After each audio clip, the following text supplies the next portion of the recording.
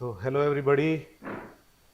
आशा है कि आप सभी क्लेट की बहुत अच्छी सी तैयारी कर चुके होंगे, लेकिन आखिरी के जो 30 दिन होते हैं ये, या जैसे जैसे अब टाइम नज़दीक आएगा वैसे वैसे दिल की धड़कनें तेज हो जाएंगी और हमारी हालत पतली और पतली होती चली जाएगी।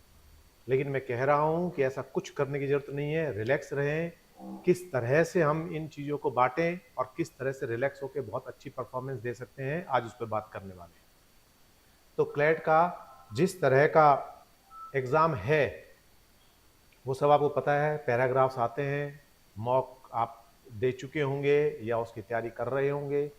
तो सबसे पहला काम हमें ये करना है, यदि हमारा सिलेबस बचा हुआ है तो हमें तैयारी अलग तरह से करनी है, और जिनका सिलेबस कंप्लीट हो गया उनको तैयारी अलग तरह से करनी है। तो पहले हम बात करते हैं जिनका सिलेबस बचा हुआ है उनके लिए। तो जिनका सिलेबस बचा हुआ है वो उस सिलेबस को वीकली डिवाइड करें, 4 वीक्स के अंदर डिवाइड करें पहले। अब 4 वीक के अंदर जब आपने डिवाइड कर दिया, फिर उसको डेज में डिवाइड करें एंड फिर उसको आवर्स में डिवाइड करें। तो ऐसा करने से आपके पास एक कैलकुलेशन आ जाएगी और कैलकुलेटिव आपकी तैयारी हो जाएगी। जैसे मान लो एक बड़ा टॉपिक है, 4 टॉपिक आपने बड़े टॉपिक एक सप्ताह में रखे और उसमें फिर आपने एक टॉपिक को 2 दिन दिए, दूसरे को 2 दिन दिए, एक को 3 दिन दिए।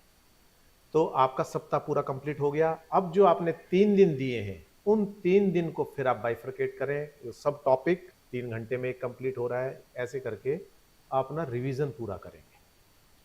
आपके पास लगभग 1 मिनट होती है एक क्वेश्चन करने के लिए। 200 आपके क्वेश्चन आने वाले हैं और 1 घंटा 20 मिनट आपको टाइम मिलने वाला है। आप यकीन मानिए 1 मिनट बहुत होता है, लेकिन जब घबराहट में हमारे हाथ पैर फूलते हैं तो हम टाइम की तरफ देखना शुरू कर देते हैं। तो वहां रिलैक्स हो जाइए, क्योंकि उस 2 घंटे को ना आप बढ़ा सकते हैं ना आप घटा सकते हैं। घड़ी आप एक तरफ कर दीजिए, वो टेंशन आपकी खत्म हो जाएगी और आप अपना अटेम्प्ट करना स्टार्ट कर दीजिए, क्योंकि आपके पास वो 2 घंटे मतलब 2 घंटे हैं। आप स्ट्रेस करके कहीं ना कहीं अपनी परफॉर्मेंस को कम करेंगे और उसकी बजाय जितना आ रहा है वो जैसी आपने प्लानिंग की है उस प्लानिंग के हिसाब से आप अपने पेपर को एग्जीक्यूट करेंगे। अब जो ये 30 दिन है, इन 30 दिन के अंदर यदि जिन्होंने तैयारी पूरी कर रखी है वो मॉक करें, और मॉक को बड़े ध्यान से करें। एक दिन में कम से कम एक मॉक टेस्ट जरूर दें और उससे फिर आपका कॉन्फिडेंस बिल्डअप हो जाएगा। और इसके अंदर पेपर के अंदर बिल्कुल रिलैक्स होकर बैठे, क्योंकि अब आपकी तैयारी जो है वो लॉक हो चुकी है। अब ना कोई चीज घटने वाली है ना कोई चीज बढ़ने वाली है। अब आपका जो सबसे बड़ा हथियार है या जो सबसे बड़ी पावर है वो है how much relaxed you are while giving your exam. आप कितने रिलैक्स हैं उसके ऊपर डिपेंड करेगा आपका एग्जाम कितना अच्छा जाता है। नर्वस आपने नहीं होना, क्योंकि जो कुछ करना था वो आप कर चुके हैं। अब सिर्फ आपने उसको रिप्रोड्यूस करना है। जब आप लिखेंगे तो बिल्कुल इस चीज की टेंशन नहीं लेनी, रिजल्ट तो आएगा तब आएगा। इस समय आपका काम है पेपर देना, तो पूरा फोकस उस पर है। कई बार ऐसा होता है हम पहला क्वेश्चन पढ़ते हैं और पढ़ते के साथ हमें लगता है ये तो हमें आता नहीं है या बड़ा टफ है। तो कभी भी पूरा एग्जाम ऐसा नहीं जाने वाला, ना ही वो सैंपल है। एक पहला क्वेश्चन हो सकता है आपको ना आए, आने वाले 3-4 क्वेश्चन बहुत अच्छे से आपको आए और आप बड़ा रिलैक्स फील करें। या हो सकता है 3-4 क्वेश्चन आपको नहीं आ रहे हो या आप उनमें डिफिकल्टी फेस कर रहे हो, तो आप नर्वस हो जाए और उस पर आपके हाथ पैर फूल जाए। ऐसा भी नहीं करना, क्योंकि जब भी कोई एग्जाम बनता है तो उस एग्जाम के अंदर कुछ पार्ट आपका 20 से 25 पार्ट थोड़ा सा टफ होता है और लगभग 50% उसका एवरेज होता है, और 20 से 25% तक वो ऐसा होता है कि आसान होता है, वो लगभग हर बच्चा करेगा उसको। तो जो चीज होती है वो 25% पे होती है। और इस तरह से आपको अपनी तैयारी को इस तरह से डिवाइड करना है। अब एक क्या क्या पढ़ें, क्योंकि आपके पास बहुत शॉर्ट पीरियड है।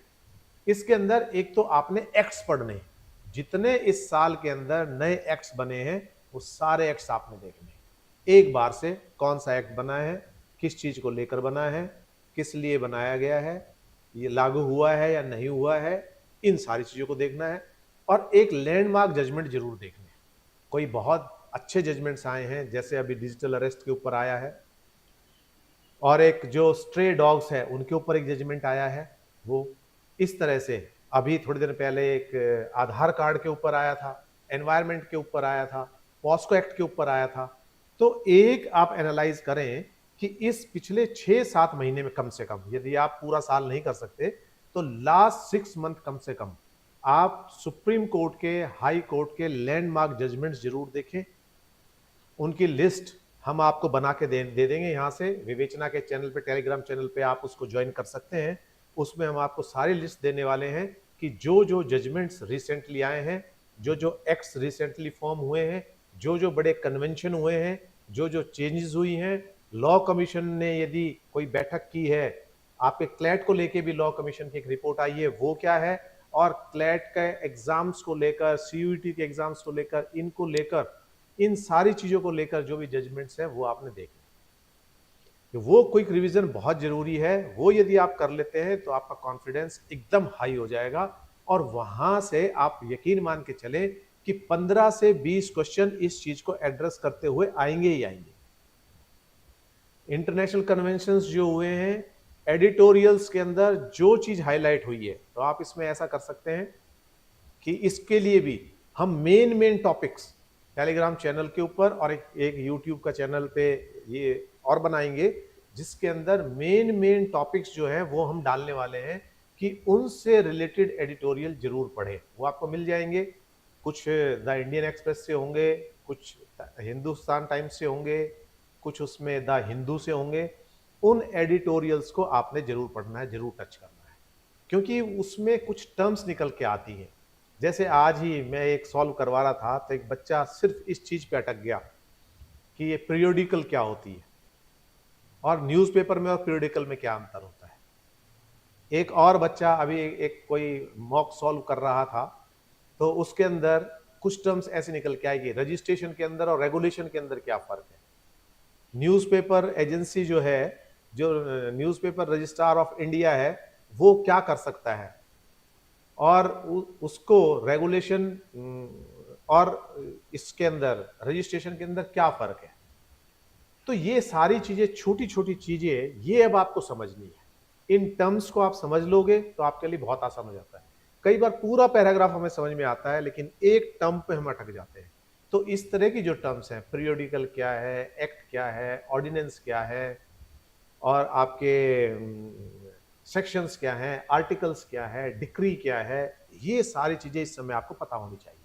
क्योंकि किसी भी आर्टिकल के अंदर कोई इस तरह की टेक्निकल टर्म्स आ जाती है तो हम बड़े नर्वस हो जाते हैं उस चीज को लेकर। तो इस चीज का ध्यान रखना बिल्कुल बहुत ज्यादा जरूरी है, उन टर्म्स को देखना, लीगल टर्म्स को।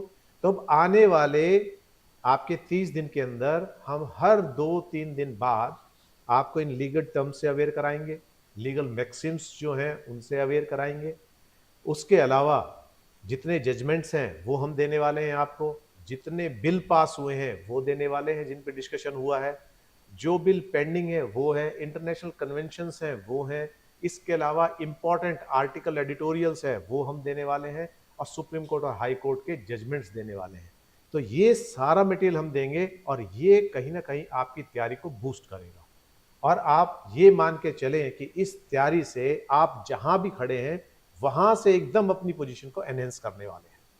तो बिल्कुल रिलैक्स होकर एकदम तैयारी करें, कोई टेंशन लेने की जरूरत नहीं है। जो आपने करना था वो आप कर चुके हैं। अब ये 30 दिन केवल रिलैक्स होके, जिनका सिलेबस पूरा नहीं हुआ केवल वही सिलेबस पूरा करने की कोशिश करें, लेकिन जिनका सिलेबस पूरा नहीं हुआ है, जिनका सिलेबस पूरा हो चुका है, वो नया पढ़ने की कोशिश ना कर सके, वो पिछला ही रिवाइज करें। इस बात का ध्यान रखें, क्योंकि कई बार रहता है बच्चा लास्ट मोमेंट तक नया पढ़ता रहता है, और वो नया पढ़ने के चक्कर के अंदर पिछला रिवीजन नहीं हो पाता, और वो टर्म्स, वो चीजें कंफ्यूजन क्रिएट करती हैं। आपको आता भी है but you are not confident.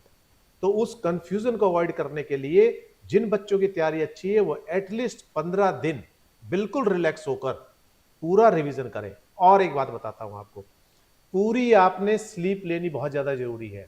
कम से कम एग्जाम से एक सप्ताह पहले 8 से 9 घंटे आपने भरपूर सोना है। यदि दिमाग पर स्ट्रेस आ गया, नींद का जोर आपका बना हुआ है, तो वो भी दिक्कत करेगा।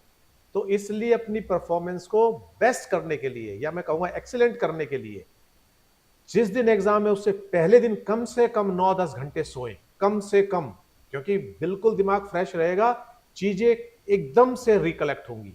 कई बार चीजें ऐसी होंगी जो आपने बहुत पुरानी पढ़ रखी होंगी, लेकिन आपका दिमाग तरोताजा है तो बिल्कुल उस चीज को रिकलेक्ट करेगा। तो इसलिए कम से कम सप्ताह भर पहले से 2 चीजों का ध्यान रखना है, डाइट और एक आपकी स्लीप। ये दोनों चीजें आपने परफेक्ट करनी है। और अभी से, क्योंकि मौसम चेंज हो रहा है, खांसी जुकाम इन चीजों से भी आपको बचना है, क्योंकि ये चीजें ऐसी हैं, बीमारी भी नहीं है लेकिन बीमारी से बड़ी भी है। क्योंकि एक बार जुकाम हो जाता है, एक बार खांसी हो जाती है, तो फिर इरिटेशन पैदा कर देती है, आपका मन नहीं लगता। तो इसलिए अपने आप को इस बदलते हुए मौसम से भी बचा के रखना है। तो 3 चीजें तो ये आपने करनी है, नींद पूरी लेनी है, डाइट अच्छे से लेनी है, भरपूर लेनी है, लेकिन बहुत ज्यादा नहीं लेनी जिससे आलस पैदा ना हो। आपने संतुलित डाइट लेनी है, ऐसी कोई चीज नहीं खानी जिससे बदहजमी हो या जिससे आपको दिक्कत हो।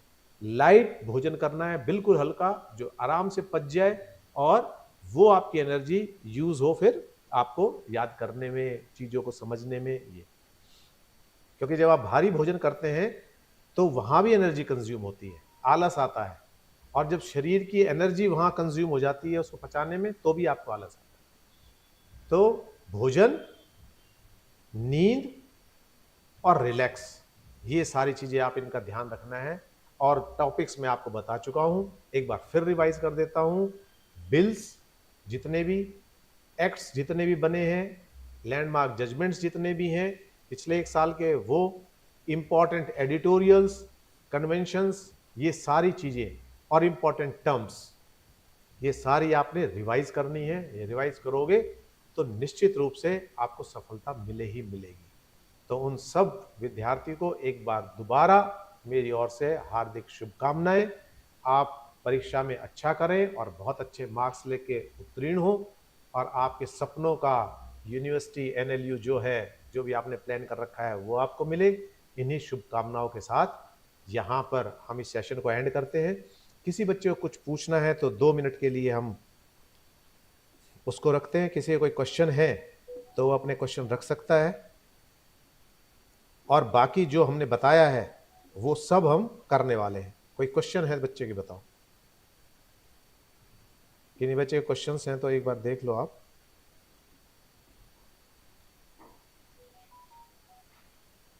है नहीं?